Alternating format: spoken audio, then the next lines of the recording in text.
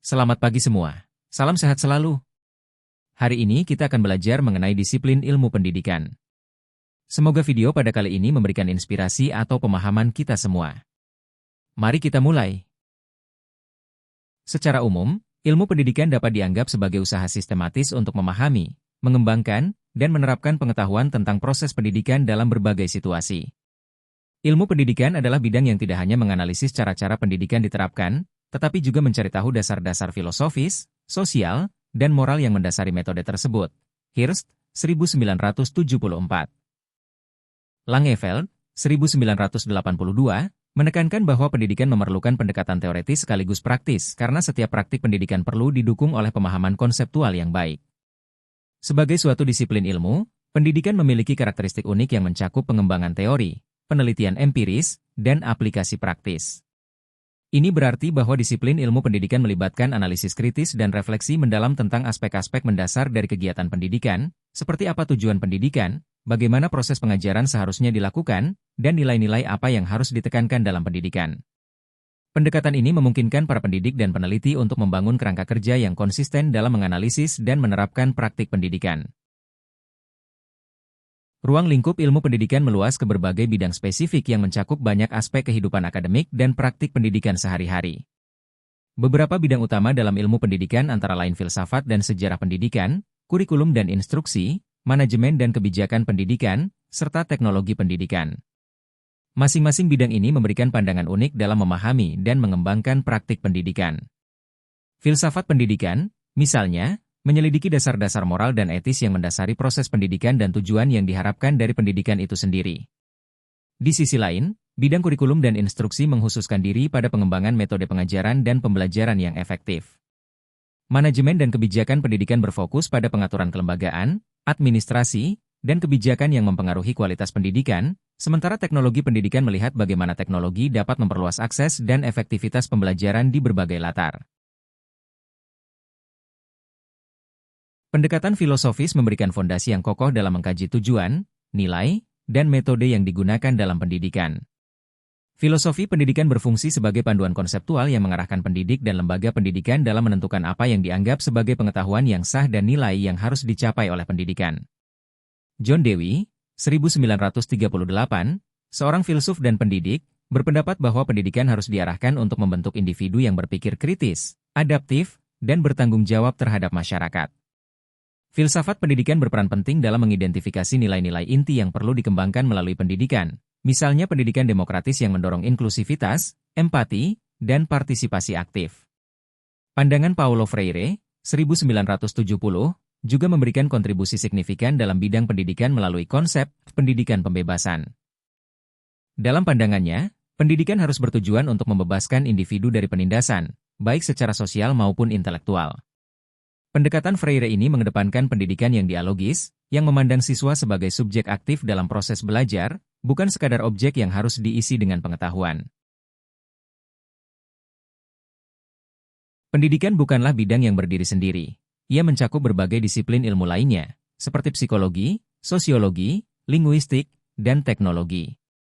Pendekatan interdisipliner ini membantu pendidikan untuk lebih memahami bagaimana manusia belajar dan bagaimana lingkungan sosial, budaya, dan psikologis mempengaruhi proses tersebut. Biesta, 2010.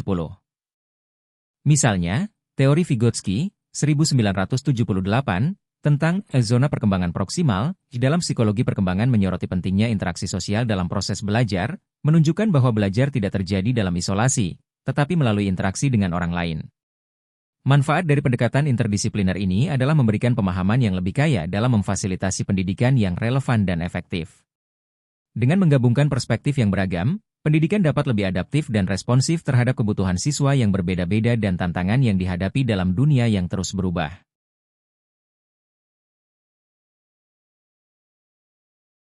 Pendidikan sebagai disiplin ilmu memiliki dua pendekatan utama, yakni pendekatan teoretis dan praktis. Pendekatan teoretis melibatkan upaya untuk memahami konsep-konsep mendasar yang mendasari pendidikan, seperti teori belajar dan perkembangan intelektual siswa.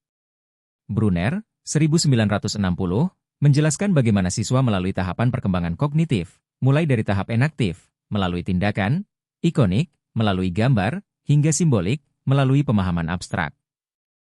Teori ini memberikan dasar bagi pengembangan metode pengajaran yang disesuaikan dengan tahap perkembangan siswa. Pendekatan praktis, di sisi lain, berkaitan langsung dengan penerapan teori dalam situasi nyata di kelas atau lingkungan pendidikan lainnya. Donaldson, 1983, mempopulerkan konsep praktisi reflektif, di mana para pendidik harus selalu merenungkan praktik mereka untuk meningkatkan kualitas pengajaran mereka.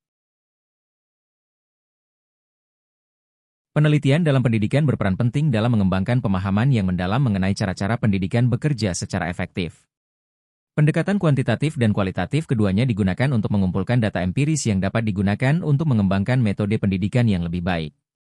Creswell, 2014, menjelaskan bahwa penelitian kuantitatif memungkinkan pengukuran aspek-aspek pendidikan, seperti hasil belajar, sementara pendekatan kualitatif memberikan wawasan mendalam mengenai pengalaman dan persepsi siswa serta guru. Dengan menggunakan kedua pendekatan ini, penelitian pendidikan dapat memberikan data yang kuat dan wawasan kontekstual yang membantu dalam pengembangan dan perbaikan metode pengajaran. Sebagai disiplin ilmu yang kompleks, pendidikan seringkali dihadapkan pada tantangan ketidakseimbangan antara teori dan praktik.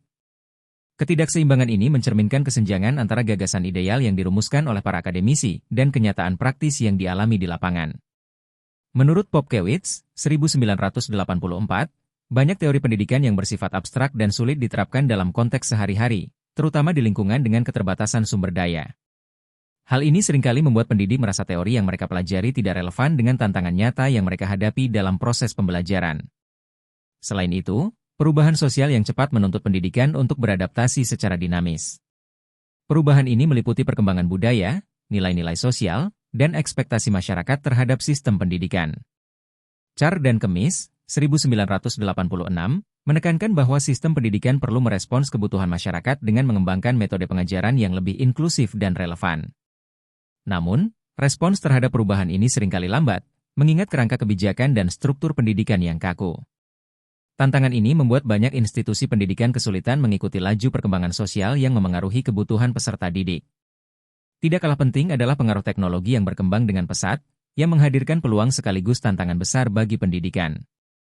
Teknologi memungkinkan inovasi dalam metode pengajaran, seperti pembelajaran berbasis teknologi dan akses ke sumber belajar yang lebih luas. Namun, Carr dan Kemis, 1986, menunjukkan bahwa penerapan teknologi seringkali terkendala oleh kurangnya kesiapan tenaga pengajar dan disparitas akses di berbagai wilayah.